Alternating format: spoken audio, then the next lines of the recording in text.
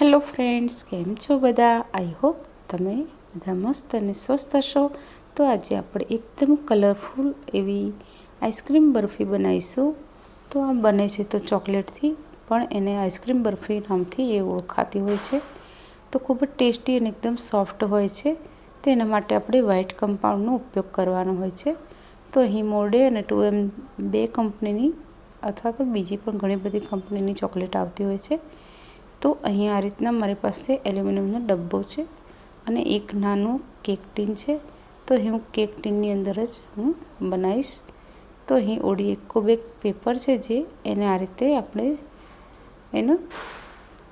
આપણે માપ લઈ અને આ રીતે એને કટ કરી લઈશું. અને આ રીતે સાઈડ ચારે બાજુથી કોર્નરથી આપણે એને આ રીતે ફોલ્ડ કરી દઈશું. અને એ રીતે કરી અને પછી ડબ્બાને છતો કરી અંદરની સાઈડે એને સેટ કરી દઈશું.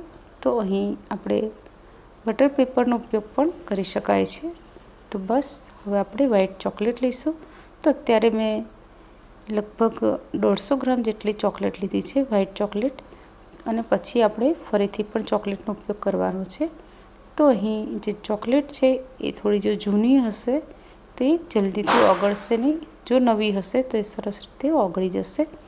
તો ચોકલેટને આપણે નાના ટુકડામાં કટ કરી અને ડબલ બોઇલર મેથડથી આપણે એને મેલ્ટ કરી લઈશું. એમાં તપેલીની અંદર આપણે થોડું પાણી લઈ એને ગરમ કરવાનું છે. એની પર આ રીતે ચોકલેટને જે આપણે કાચના બાઉલમાં મૂક્યું છે અને એને આપણે એ રીતે હીટ આપીશું અને ગરમ કરી લઈશું. અહીં જે આપણે જેલી ચોકલેટ આવે છે એ મેં લીધી છે. તો તમારે આનાથી પણ વધારે લેવી હોય તો લઈ શકો છો. અને આ રીતની લગભગ 30 થી 35 ચોકલેટ મેં લીધી છે. અને એને આ રીતે આપણે બધી ચોકલેટને કાઢી લઈશું. અલગ અલગ ફ્લેવરની બધી જ ચોકલેટને આપણે લઈ લઈશું અને બે ટુકડામાં એને કટ કરી લઈશું. તો અહીં જે આ ચોકલેટ છે એનાથી જ આપણી જે બરફી છે એ ખૂબ જ ટેસ્ટી લાગે છે. તો બધી ચોકલેટને આપણે આ રીતે કટ કરી લઈશું. અને ત્યારબાદ આપણે ચોકલેટ છે આપણી સારી રીતે મેલ્ટ થઈ ગઈ છે ત્યાં સુધીમાં એને બરાબર હલાવી લઈશું. એટલે એકદમ સરસ રીતે એકદમ લીસી આપણી ચોકલેટ રેડી થઈ જાય. હવે આપણે એમાંથી થોડી ચોકલેટ લઈ એની અંદર પિંક કલર મેં નાખ્યો છે. તો અહીં ચોકલેટની અંદર જ્યારે યુઝ કરવાનો હોય ડાયરેક્ટ, ત્યારે બને ત્યાં સુધી આપણે ઓઇલ બેઝ કલર લેવાના, વોટર બેઝ કલરનો યુઝ નહીં કરવાનો. નહીં તો તમારી ચોકલેટ છે એ લાંબો સમય સુધી સારી નહીં રહે. તો બસ આ રીતે થોડી ચોકલેટની અંદર મેં પિંક કલર નાખી અને એને આ રીતે ડબ્બામાં નીચેની સાઈડે આપણે થોડું એનું પતલું લેયર થાય એ રીતની આપણે સેટ કરી લઈશું. એને ફ્રીજમાં મૂકી મેં સેટ કરી લીધી છે. અને હવે બીજી મેં 200 થી 250 ગ્રામ જેટલી ચોકલેટ લીધી છે. તો આ ચોકલેટ છે એ 400 ગ્રામ છે. તો એમાંથી મેં પહેલાં તો 200 ગ્રામ ચોકલેટ લીધી છે અને એમાંથી પછી થોડી મેં કાઢી નાખી હતી. તો ડબ્બામાં થોડું 1 ઇંચ જેટલું તો નહીં, પણ એનાથી થોડું અડધા ઇંચ જેટલું લેયર રહે એ પ્રમાણે આપણે ચોકલેટ લઈશું. આનું લેયર થાય એટલી આપણે ચોકલેટ લીધી છે અહીં. તો એને પણ આપણે ગરમ કરી લઈશું ડબલ બોઇલર મેથડથી આપણે એને. તો સરસ રીતે એકદમ સ્મૂથ એવી આપણી ચોકલેટ છે એ મેલ્ટ થઈને રેડી છે. તો એની અંદર મેં 2 થી 3 ટીપા મેં વેનીલા એસેન્સ નાખ્યું છે. અને આ જે ચોકલેટ છે એ સેટ થઈ ગઈ છે. જે વ્હાઇટ ચોકલેટ છે એની અંદર આપણે 2 થી 3 ચમચી જેટલો મિલ્ક પાવડર નાખીશું. મિલ્ક પાવડર નાખવાથી આપણી જે બરફી છે એ ખૂબ જ મીઠી લાગશે. અને 1 ચમચી અથવા તો 2 ચમચી જેટલું તમે અહીં ચોખ્ખું ઘી અંદર નાખવાનું છે. અને ત્યારબાદ આપણે અંદર જેલી નાખી દઈશું. જે બધી જેલી ચોકલેટ છે કલરફુલ અલગ અલગ કલરની એ બધી જ નાખી દેવાની. તો હવે આપણે બધું જ મિક્સ કરી અને જે આપણે મોલ્ડ છે એની અંદર આપણે એને બધી જ જે આ મિક્સર છે એને આપણે અંદર પાથરી દઈશું. તો અહીં આ રીતે કરવાથી થોડી કલરફુલ લાગશે આપણી જે બરફી છે એ.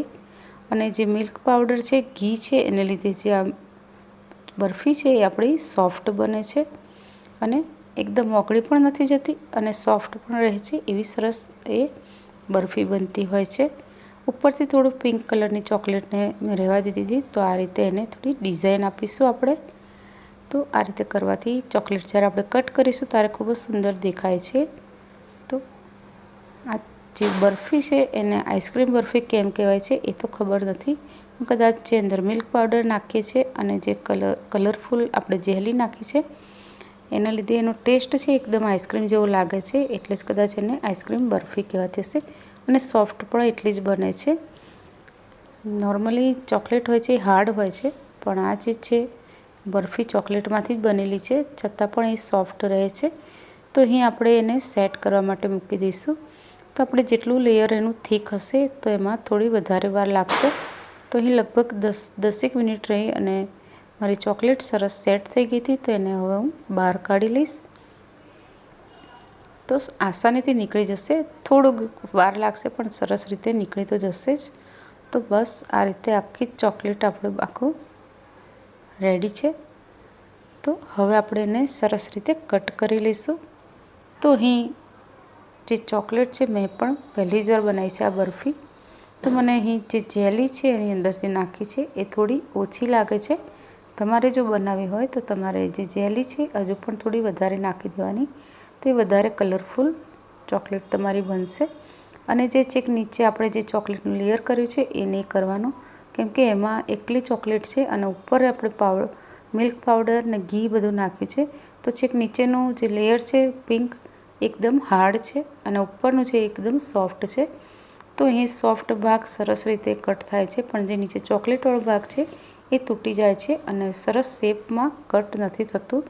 તો એકદમ વ્હાઈટ જ ચોકલેટ તમારે રાખવાની, વ્હાઈટ બરફી બનાવવાની.